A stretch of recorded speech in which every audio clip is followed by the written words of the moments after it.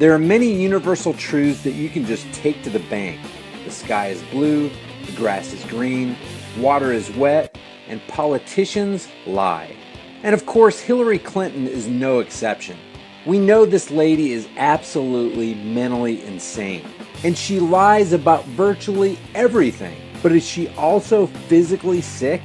As the presidential campaign enters its final stages, probing questions have emerged about the health condition of Hillary Clinton. Hillary's bizarre, erratic behavior on the campaign trail, culminating with last week's perplexing short-circuit comment, has left many wondering whether she's seriously ill. What I told the FBI, which he said was truthful, is consistent with what I have said publicly.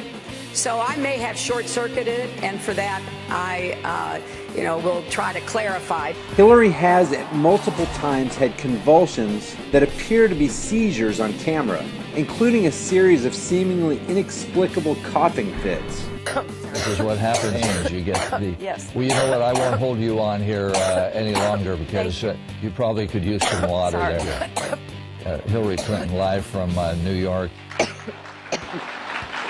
I talk way too much.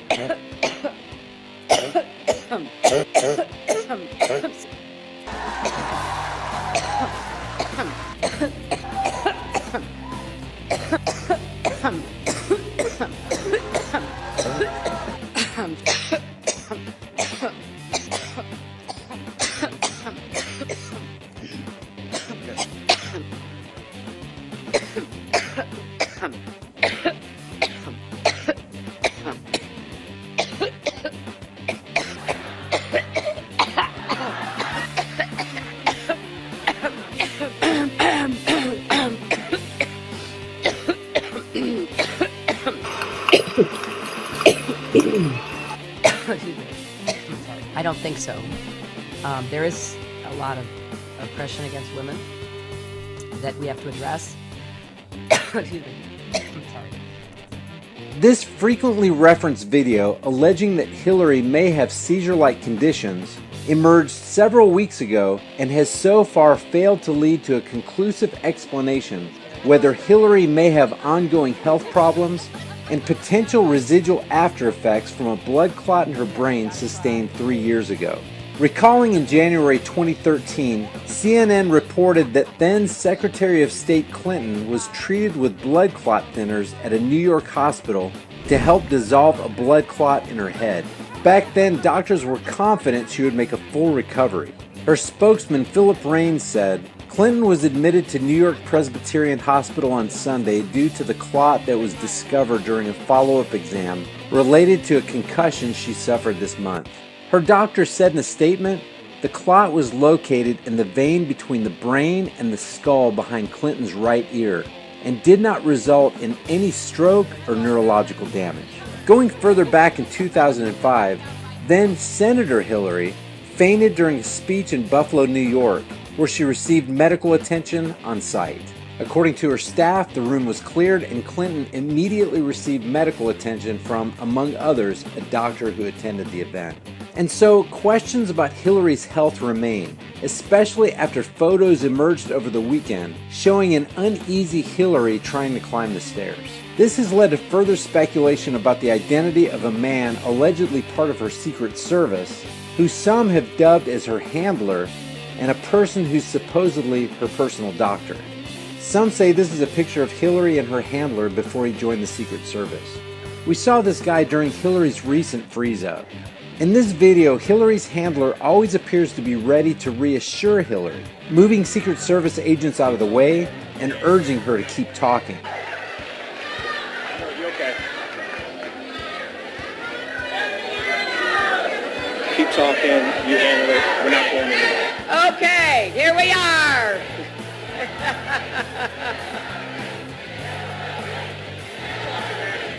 Okay, we'll keep talking. Further adding to the mystery, and even mainstream media has picked up on this, there's an unconfirmed report that this so-called handler appears to be carrying a diazepam pen. The device in question is a diazepam auto-injector pen, and it's used for acute, repetitive seizures. So what do you guys think? We all know Hillary is crazy. She's a statist. She's completely involved in the Trilateral Commission and the Council on Foreign Relations. And she has a wonderful relationship with the New World Order United Nations. But how about her health? Do you think she's physically fit enough to act as America's next puppet president?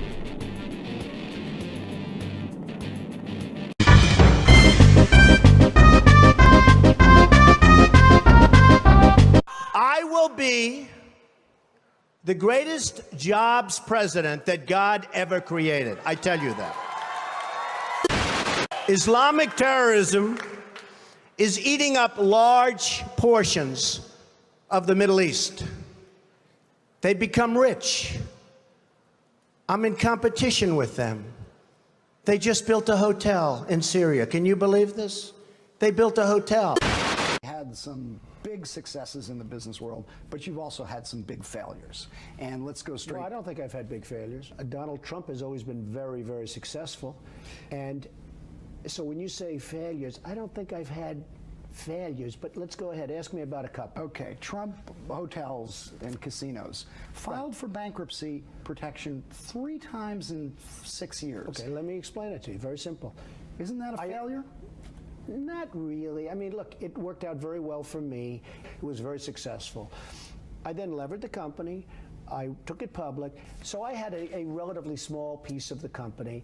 And what happened is Philadelphia... Wait a second, you were chairman of the board. Excuse me. You were chairman of the board. I was chairman, but I didn't run the company. I had nothing to do with running the company. Management ran You were the company. paid $2 million a year. Excuse me. I didn't run the company. I'm just telling you. So what were you paid Now, $2 million a year for? Excuse me. Because of my genius, okay? When Donald Trump launched his campaign in June, many considered it a joke. Republicans and Democrats alike scoffed at the idea of a Trump presidency. He's just an entertainer. It's a publicity stunt. Trump doesn't even want to be president. In September, as his numbers continued to rise in the polls, establishing Trump as the dominant frontrunner, they still denied the validity of his campaign. Many compared Trump to the likes of Rick Perry or Rudy Giuliani, predicting that, like them, he would soon fall off the map. His polls would start to drop, and everyone could forget about the time the reality TV star ran for president. The press is always looking for a good, sensational story, and if you can do something to get them talking about you, then you've won, end quote. The media hasn't stopped talking about Trump since he launched his campaign, and they're not going to. No, come on, Melania, that's just not true. I don't say outrageous things just for poll numbers. I speak from my heart. Really? Okay, because I hear your numbers go down a little this week. Mexicans are stealing our children. You see? People may not always think big themselves, but they can still get very excited by those who do. That's why a little hyperbole never hurts. People want to believe that something is the biggest and the greatest and the most spectacular. Well, I'm not sure that you want to see the United States become a winner. Do you want to see the United States become a winner, David? Of course we want to see. Many people seem to be of the mind that Trump is simply a loud-mouthed fool, only supported by people stupider than he is. But it would be dangerous to underestimate a man like Donald Trump. He is a brilliant salesman and a master persuader. Just look at the way he handles this question from Megyn Kelly. Mr. Trump, one of the things people love about you is you speak your mind and you don't use a politician's filter. However, that is not without its downsides, in particular when it comes to women. You've called women you don't like fat pigs, dogs, slobs, and disgusting animals. Your Twitter account... Only Rosie O'Donnell.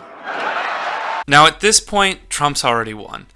We humans have a tendency to rely too heavily on one piece of information when making decisions, usually the first piece of information that we acquire.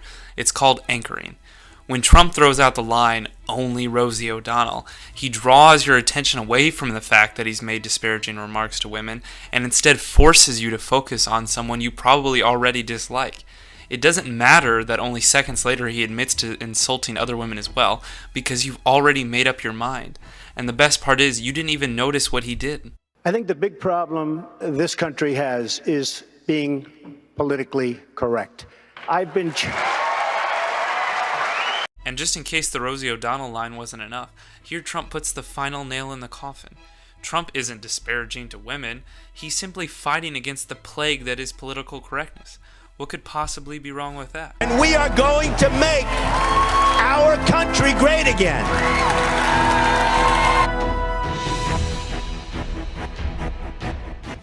Well, I'm not sure that you want to see the United States become a winner.